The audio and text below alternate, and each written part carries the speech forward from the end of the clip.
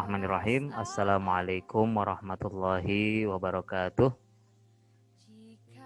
Alhamdulillah wa syukurillah wassalatu wassalamu ala rasulillah Muhammad ibn Abdullah la hawla wa la quwata illa billah. Amma ba'du.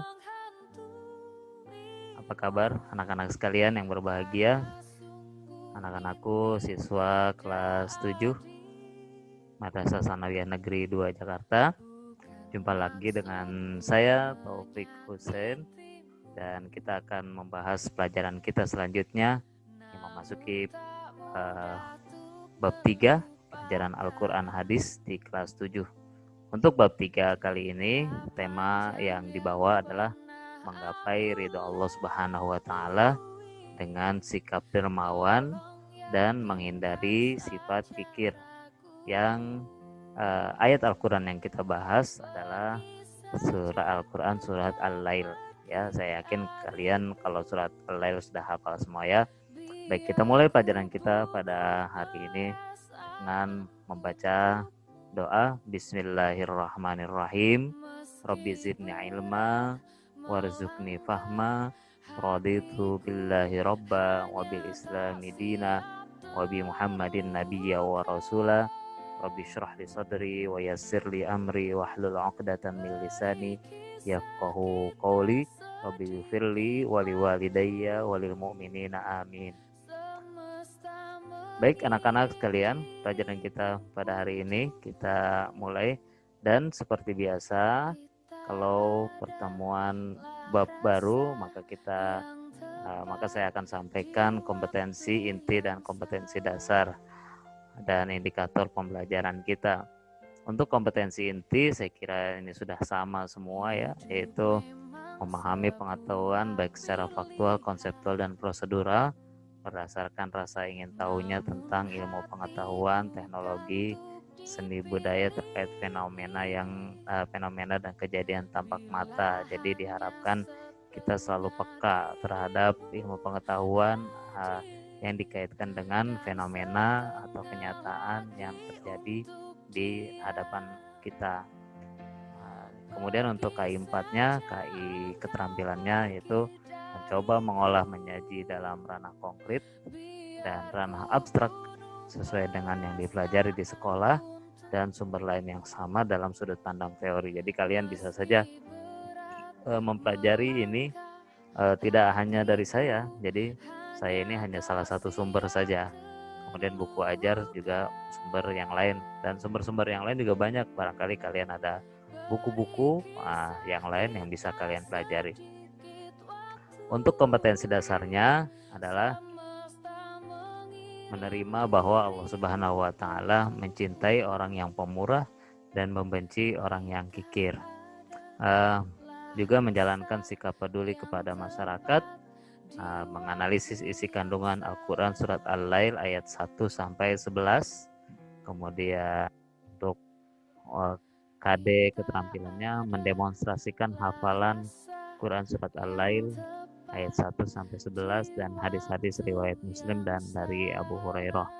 Juga menyimpulkan keterkaitan kandungan Quran surat Al-Lail ayat 1-11 dan hadis riwayat Muslim dari Abu Hurairah dan dari Jabir bin Abdullah tentang fenomena sosial dan menyajikannya secara baik secara lisan maupun secara tulisan. Adapun tujuan mempelajari bab ini ada banyak sekali ini ya, ada banyak sekali.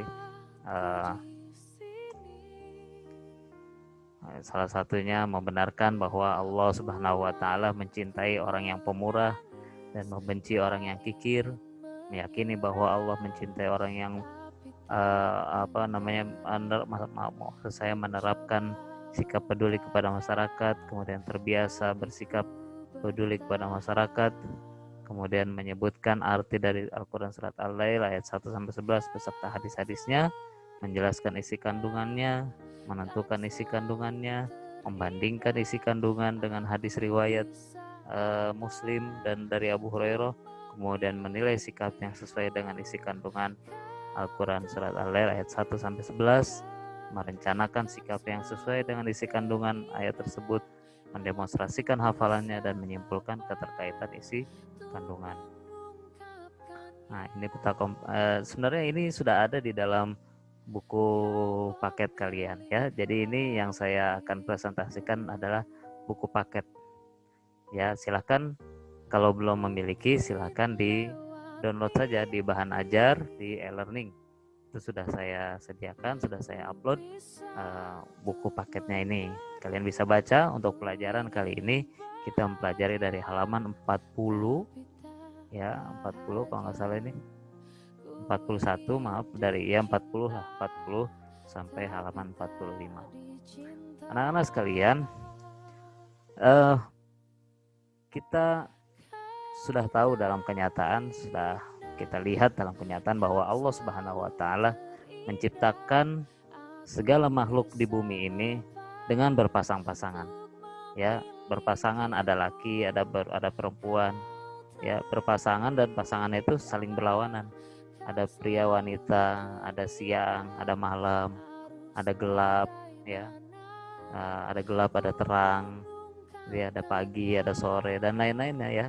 Seringkali Allah menggunakan ciptaannya itu untuk bersumpah ya, seperti yang sudah kita lihat di bab sebelumnya pada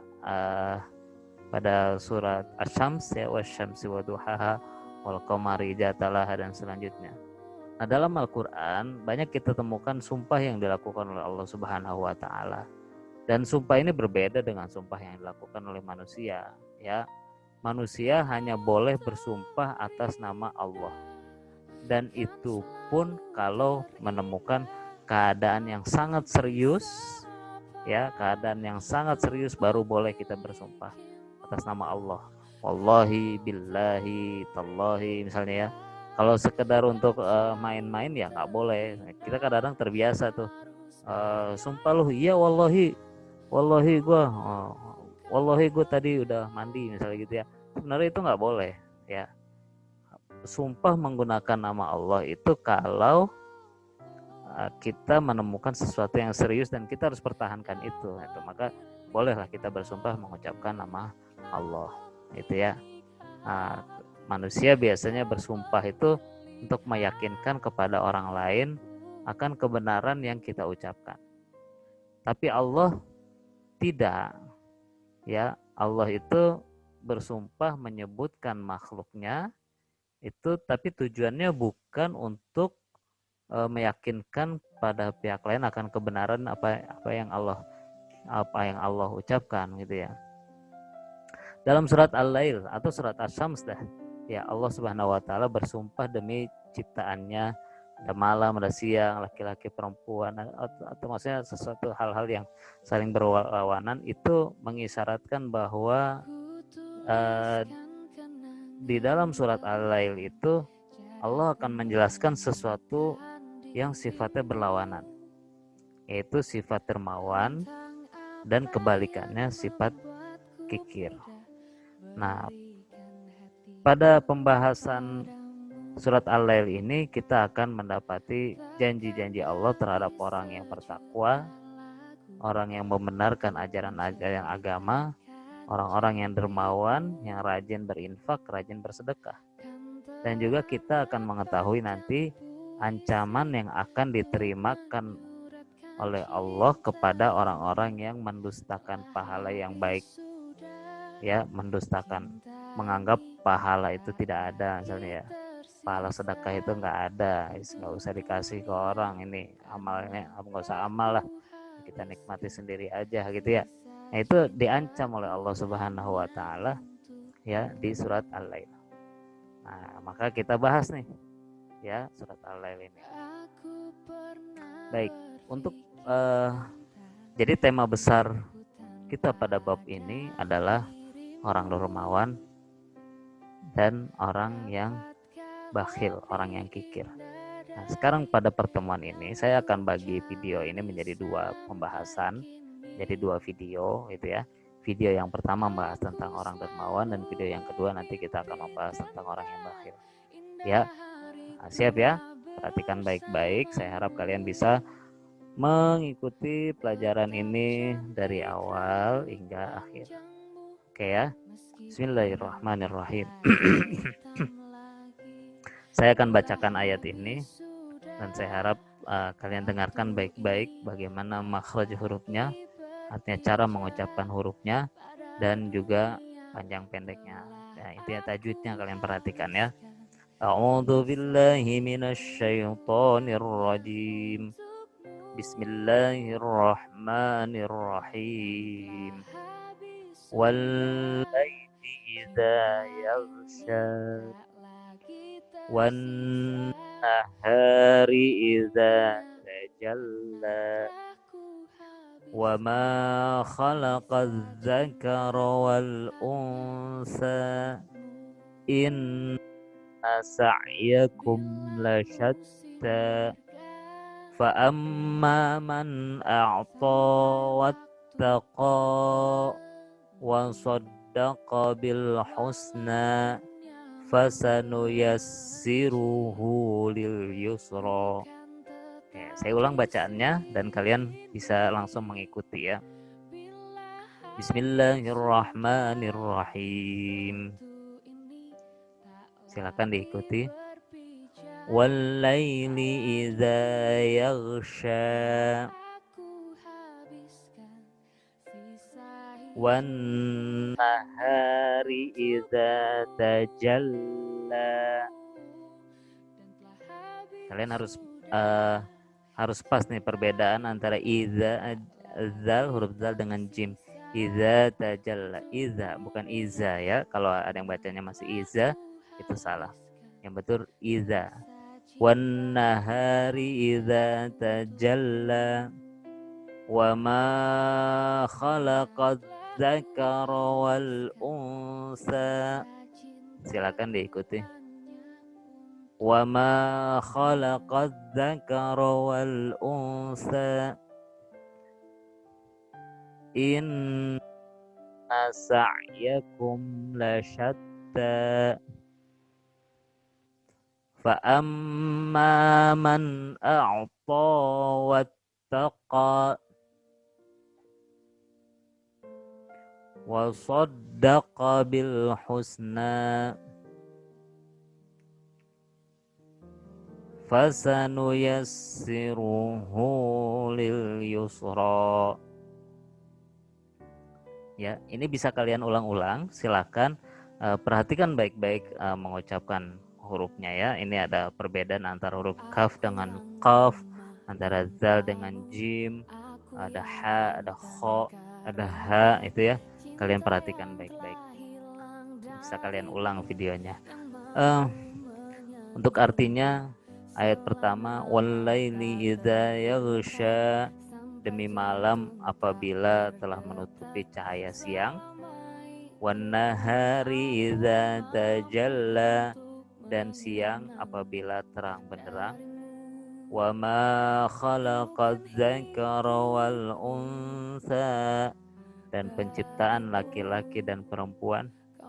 Inna sa'yakum lasyatta, sesungguhnya usaha kamu memang berbeda-beda. Fa amma man a'ta wattaqa, adapun orang-orang yang memberikan hartanya di jalan Allah Subhanahu wa taala dan bertakwa, wa saddaqa bil husna, dan membenarkan adanya pahala yang terbaik yaitu surga, fasanuyassiruhu lil yusra, maka kami kelak akan menyiapkan baginya jalan yang mudah. Itu artinya. Oke, selanjutnya kita perhatikan ada sebuah gambar. Dilihat beritanya ini, rumah ini, gambar rumah ini sangat megah sekali ya.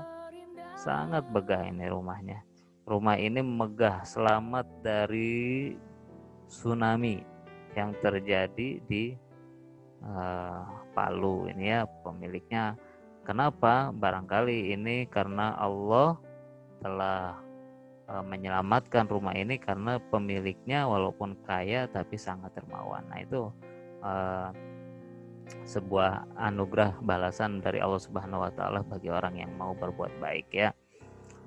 Abu Fida atau namanya Imaduddin Ismail, sering kita kenal sebagai Ibnu Katsir. ya, sebagai sosok orang yang mempunyai tafsir yang besar. Tafsir Ibnu Katsir namanya. Tafsir Ibnu Katsir itu kitab tafsirnya tebal sekali gitu, sampai berjilid-jilid gitu ya. Beliau menafsirkan Al-Quran sampai berjilid-jilid. Kalau kalian mau cari kitabnya silahkan, namanya Tafsir Ibnu Katsir. Nah, memang harganya agak mahal ya. Beliau menjelaskan, menafsirkan ayat-ayat Al-Quran yang ada di surat Al-Lail ini. Untuk ayat yang pertama, wal-laili idza yaghsha, demi malam apabila menutupi cahaya siang, yaitu maksudnya adalah apabila cahaya malam itu menutupi makhluk dengan kegelapan malam, ya. Wan nahari idza tajalla, artinya dan siang apabila terang benderang, yaitu dengan cahaya, maksudnya terang benderangnya itu dengan cahaya dan sinar yang pada waktu siang hari itu, ya. Wa ma khalaqadz dzakara wal unsa, dan penciptaan laki-laki dan perempuan. Inna sa'yakum lasyatta, sesungguhnya usahamu memang berbeda-beda. Itu dijelaskan oleh Ibnu Katsir dengan menyatakan bahwa berbagai amal perbuatan hamba Allah yang mereka kerjakan itu bermacam-macam. Kadangkala saking bermacam-macamnya, kadang-kadang saling bertolak belakang, saling bertentangan, di mana ada orang yang berusaha berbuat baik, ya, untuk semasa hidupnya selalu berusaha untuk berbuat baik, tapi ada juga orang yang bertentangan, bertolak belakang, yang selama hidupnya selalu saja berbuat jelek, berbuat buruk. Ya, kita lihat kan begitu di masyarakat itu ya, ada orang yang selalu saja baik, ada orang yang selalu saja tidak baik ya, tapi ada juga yang kadang baik kadang tidak gitu ya. Fa'amma man a'ta wattaqa, adapun orang yang memberikan hartanya di jalan Allah, yaitu maksudnya adalah yang mengeluarkan apa yang diperintahkan untuk dikeluarkan, maksudnya ketika dia mendapatkan rizki, dia bekerja dengan baik, kemudian mendapatkan rizki, dan rizkinya itu sebagian dikeluarkan atas nama ketakwaan kepada Allah Subhanahu wa Ta'ala, diberikan kepada orang fakir miskin, ya. Wasaddaqa bil husna, dan dia yakin berbuat seperti itu karena dia membenarkan adanya pahala yang terbaik, yakni diberi balasan atas perbuatan baiknya itu berupa surga. Kalau di ayat sini dijelaskan bahwa maka kami, janjinya Allah, kami kelak akan menyiapkan baginya jalan yang mudah.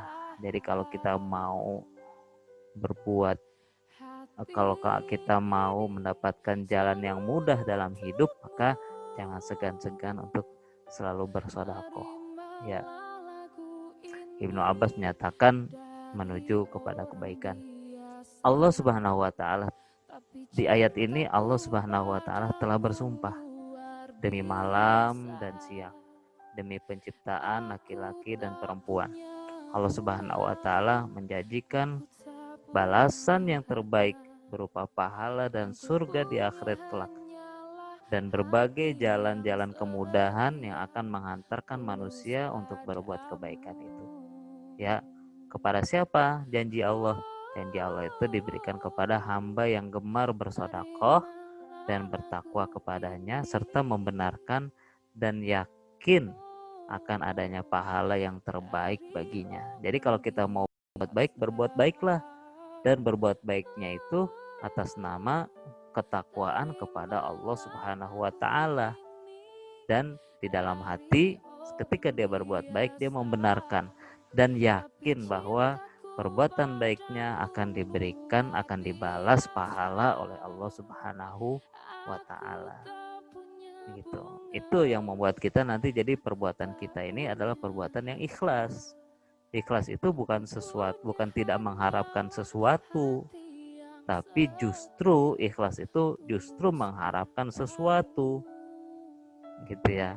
Hanya saja mengharapkannya tidak kepada sesama manusia, mengharapkan pujian, mengharapkan supaya bisnisnya lancar, misalnya diharapkan pujian dari kolega, gitu ya, bukan. Ya, ikhlas itu mengharapkan pahala yang besar dari Allah Subhanahu wa Ta'ala. Itu ikhlas. Jadi salah kalau ikhlas bilangnya tanpa pamrih. Tidak. ikhlas itu justru pamrih, tapi pamrihnya kepada Allah Subhanahu wa taala. Kalau pamrihnya kepada sesama manusia itu bukan ikhlas, namanya riya, mengharapkan pujian dari sesama manusia, itu namanya riya. Gitu ya. Nah, itu dasarnya gimana? Nah, itu tadi yang udah dijelaskan bahwa ketika kita bersedekah, sedekahlah atas nama ketakwaan kita kepada Allah Subhanahu wa taala. Itu yang nanti membuat kita jadi ikhlas. Dalam hati juga membenarkan, meyakini bahwa Allah pasti akan membalas dengan pahala yang besar.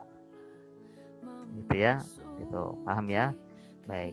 Untuk hadisnya, Rasulullah menjanjikan, ada hadis yang menjelaskan bahwa Rasulullah menjanjikan kemuliaan dan derajat yang tinggi bagi orang-orang yang dermawan. Ya, sabda Rasulullah bunyinya begini. Bismillahirrahmanirrahim. Saya bacakan. An Abi Hurairah an Rasulillah sallallahu alaihi wasallam qala ma naqadat shadaqatun min malin wa ma zadallahu 'abdan bi'afwin illa izza wa ma tawadha'a ahadun lillahi illa rafa'ahullah. Rawahu Muslim. An Abi Hurairah an Rasulillah sallallahu alaihi wasallam qala ma naqadat shadaqatun min malin wa ma zadallahu 'abdan bi'afwin illa izza wa ma tawadha'a ahadun lillahi illa rafa'ahullah. Rawahu Muslim. Yang artinya dari Abi Hurairah radhiyallahu anhu bahwa Rasulullah sallallahu alaihi wasallam bersabda, ma naqadat shadaqatun min malin, tidaklah sedekah itu mengurangi harta. Jadi kalau kita sedekah, ini jaminan dari Rasulullah, tidak mungkin bohong. Kalau kita sedekah jangan takut nanti harta kita berkurang gara-gara sedekah. Ya. Mana qadot sadaqatun min malin, tidaklah sedekah itu mengurangi harta. Wa ma zadallahu 'abdan bi'afwin, dan tidaklah Allah Subhanahu wa taala menambah bagi seorang hamba dengan pemberian maafnya kepada saudaranya illa izzan, kecuali kemuliaan di dunia dan akhirat. Maksudnya ketika ada saudara kita bersalah dan lalu saudara kita itu atau teman kita, orang yang kita kenal, minta maaf kepada kita dan kita memberikan maaf kita kepada dia, Allah janjikan bahwa itu tidak akan menurunkan gengsi kita, tidak akan menurunkan derajat kita. Jadi kalau kita mau memaafkan orang lain tidak akan menurunkan derajat kita. Kecuali bahwa Allah janjikan orang yang mau memaafkan orang lain akan mendapatkan kemuliaan baik di dunia maupun di akhirat. Nah ya, ini ada 3 berarti poinnya. Wa ma tawadha'a ahadun lillahi illa rafa'ahullah, serta tidaklah seseorang yang merendahkan hati, merendahkan diri karena Allah Subhanahu wa taala, kecuali Allah akan meninggikan derajatnya di dunia dan di akhirat. Maksudnya poin yang ketiga ini bahwa orang yang rendah hati, ya rendah hatinya itu karena Allah, dia tidak sombong, maka janji Allah akan mengangkat, meninggikan derajatnya di dunia dan di akhirat. Jadi jangan takut kalau kita rendah hati terus kita menjadi rendah beneran, enggak. Justru orang yang rendah hati tidak menampakkan kelebihan diri di hadapan orang lain, justru akan Allah angkat derajat kita. Tidak perlu kita ngaku-ngaku, wah saya ini anak pejabat, wah saya ini anak pintar, wah saya ini anak pengusaha. Tidak usah seperti itu. Ya, rendah hati sajalah. Rendah hati sajalah. Dan insya Allah, dan janji Allah, janji Rasulullah bahwa Allah akan mengangkat derajat orang-orang yang mau rendah hati. Begitu. Bisa dipahami ini ya. Nah, kembali ke hadis di atas bahwa Abdullah bin Taslim menjelaskan, ada namanya ulama Abdullah bin Taslim menjelaskan bahwa arti yang intinya di poin yang pertama dia, tidak berkurangnya harta dengan sedekah. Apa tadi bunyi hadisnya? Wa ma naqadat sadaqatun min malin. Tidaklah harta itu akan berkurang akibat sedekah. Akibat sedekah ini maksudnya adalah dengan tambahan keberkahan yang Allah Subhanahu wa taala jadikan pada harta dan terhindarnya harta dari hal-hal yang akan merusaknya di dunia. Jadi kalau kita sedekah, itu harta kita akan tambah berkah, gitu menurut Abdul bin Taslim. Akan tambah berkah dan terhindar dari hal-hal yang bisa merusak harta. Plus ditambah juga akan mendapatkan pahala dan tambahan kebaikan yang berlipat ganda dari sisi Allah Subhanahu wa taala. Tidak hanya di dunia tapi di akhirat kelak. Meskipun harta tersebut secara kasat mata mungkin berkurang, tapi keberkahannya bertambah. Saya sedikit cerita ini ya, ketika suatu hari saya tidak punya uang sama sekali. Ada uang di dompet tinggal 5.000 aja, dan itu hari Jumat. Rasanya kalau hari Jumat kita nggak sedekah pada waktu sholat Jumat itu ya, masukkan uang ke masjid, itu rasanya nggak enak gitu ya. Jadi saya tapi keadaan di dompet saya tuh tinggal 5.000 rupiah. Gimana ini ya, pengen amal tapi duit tinggal sedikit. Terus sementara gajian masih beberapa hari lagi gitu, masih belum gajian. Tapi akhirnya saya nekat lah, biarin dah, saya emang cinta banget itu sama duitnya 5.000 karena saya butuhkan. Tapi sudahlah, saya masukkan ke kotak amal. Bukan ria ini ya, bukan ria, tapi cerita yang bisa mudah-mudahan jadi pelajaran buat kita. Saya masukkan ke kotak amal pada waktu sholat Jumat itu. Biarin dah isi dompet saya kurang gitu. Ya ngarepin aja hikmah dari Allah Subhanahu wa taala. Tiba-tiba setelah Jumatan, padahal saya nggak ada jadwal apa-apa hari itu. Saya belum ada jadwal untuk mengisi materi di mana-mana gitu ya. Tiba-tiba pengurus remaja masjid itu datang ke saya. Pak, nanti malam ngisi materi Pak ya. Ngisi materi pengajian remaja. Oh iya ya, insya Allah. Wah, saya waktu itu saya bilang iya siap, saya isi materi. Habis maghrib saya isi materi, terus diamplopin. Berapa diamplop kalau kalian pengen tahu? 15 kali lipat dari uang yang tadi saya sedekahkan, yaitu 75.000 itu isi amplopnya tuh. Ya itu menurut saya, itu Allah membalas langsung gitu, secara spontan. Jadi saya amal 5.000, terus langsung ada jalan untuk mendapatkan rezeki lagi 15 kali lipat dari apa yang tadi saya udah amalkan. Luar biasa itu ya. Mudah-mudahan ini jadi pelajaran, bukan maksud saya ria, tapi ini jadi pelajaran buat kita bahwa sedekah itu memang memberikan kita manfaat. Secara kasat mata uangnya seperti hilang gitu ya, tapi langsung ternyata Allah kasih berkah. Dan kadang-kadang balasan Allah itu tidak hanya berupa kalau kita infak uang terus balasannya berupa uang juga, tidak. Tapi bisa jadi balasannya itu berupa kesehatan ya, mungkin yang tadinya awalnya kita ditakdirkan sakit tapi kemudian karena sedekah akhirnya tidak jadi sakit gitu. Itu banyak sekali balasan-balasan yang Allah berikan yang sebenarnya yang sepertinya kita tidak berasa bahwa Allah sudah membalas apa yang sudah kita keluarkan gitu ya. Baik, ini ada ayat surat As-Saba ayat 39 bunyinya Bismillahirrahmanirrahim, wa ma anfaqtum min syai'in fahuwa yukhlifuh wa huwa khairur raziqin. Ini sesuai banget sama cerita saya tadi tuh. Wa ma anfaqtum min syai'in, dan apa saja yang kamu nafkahkan, kamu sedekahkan, fahuwa yukhlifuh, maka Allah Subhanahu wa taala akan menggantinya. Wa huwa khairur raziqin, dan dialah pemberi rizki yang paling baik. Pemberi rizki yang paling baik. Itu tadi ceritanya kayak tadi tuh, langsung diganti spontan.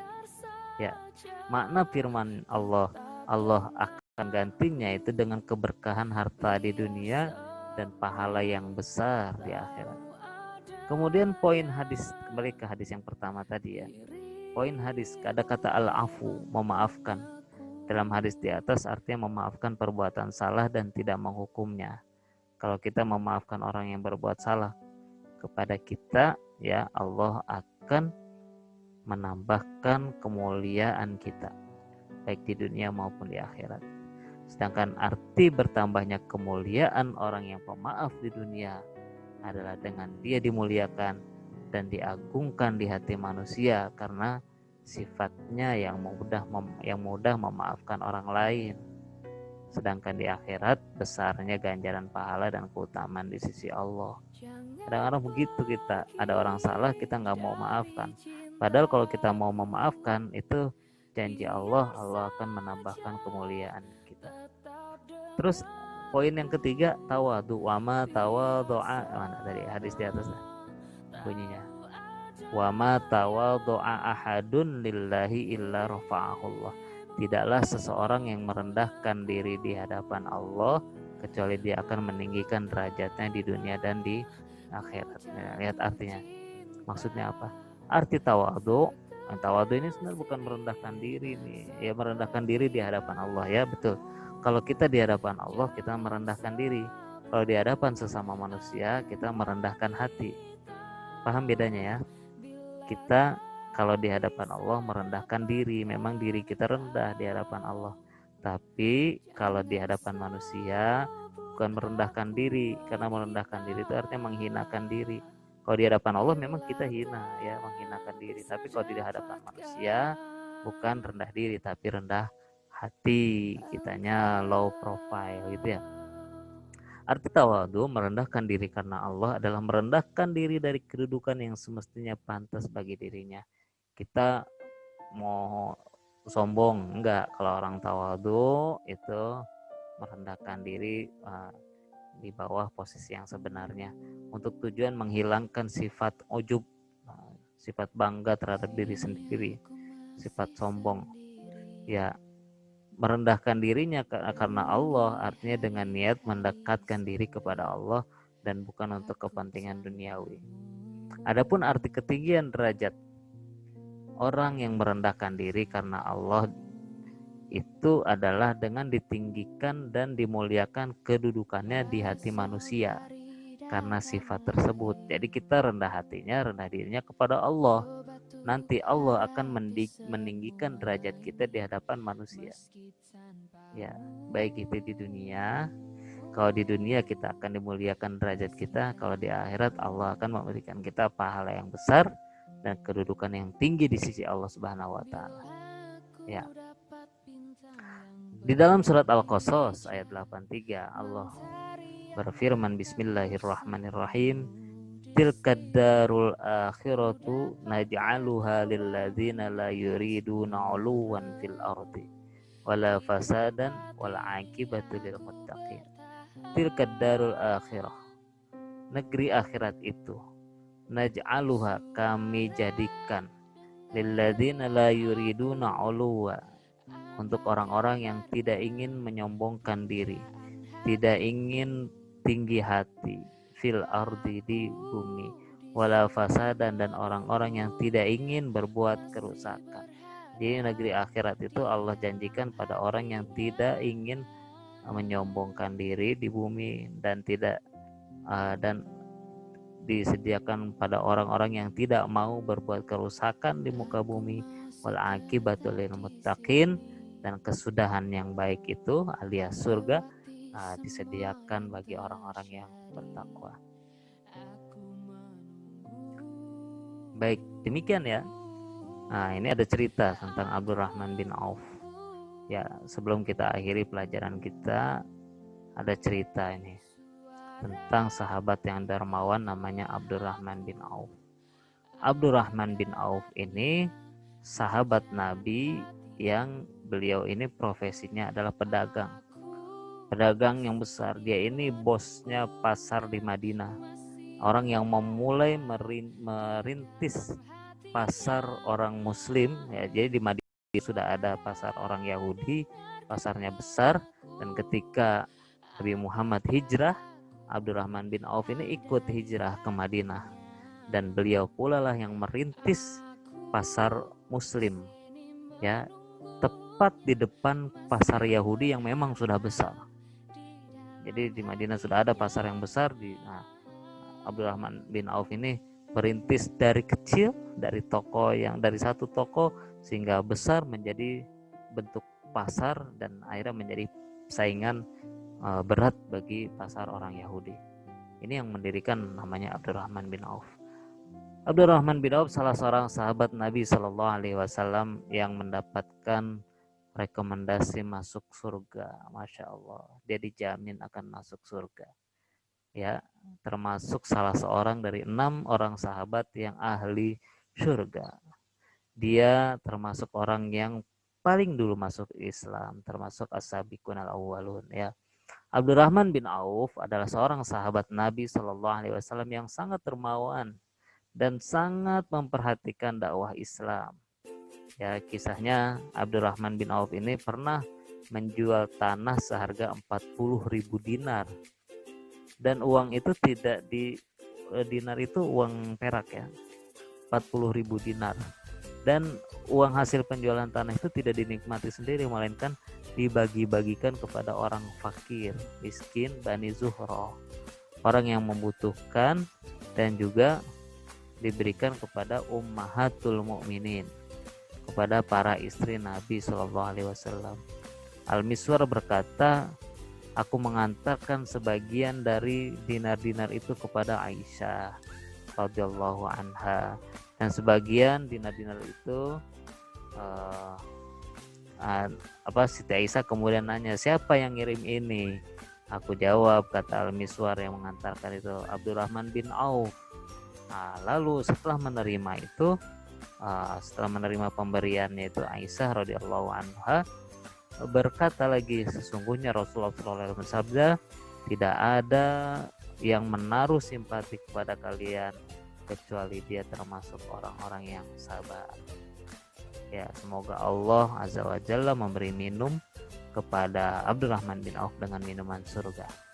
Ya, oke, itulah cerita tentang sahabat. Baik, demikian pelajaran kita pada hari ini.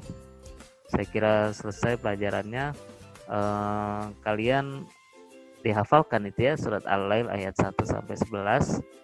Nanti akan keluar di soal penilaian akhir semester. Saya ucapkan terima kasih. Saya sampaikan kebanggaan saya pada kalian yang sudah memperhatikan pelajaran ini dari awal hingga akhir. Kurang lebihnya mohon maaf. Sampaikan salam saya kepada keluarga kalian. Wallahul muwaffiq ila aqwamit thoriq. Assalamualaikum warahmatullahi wabarakatuh.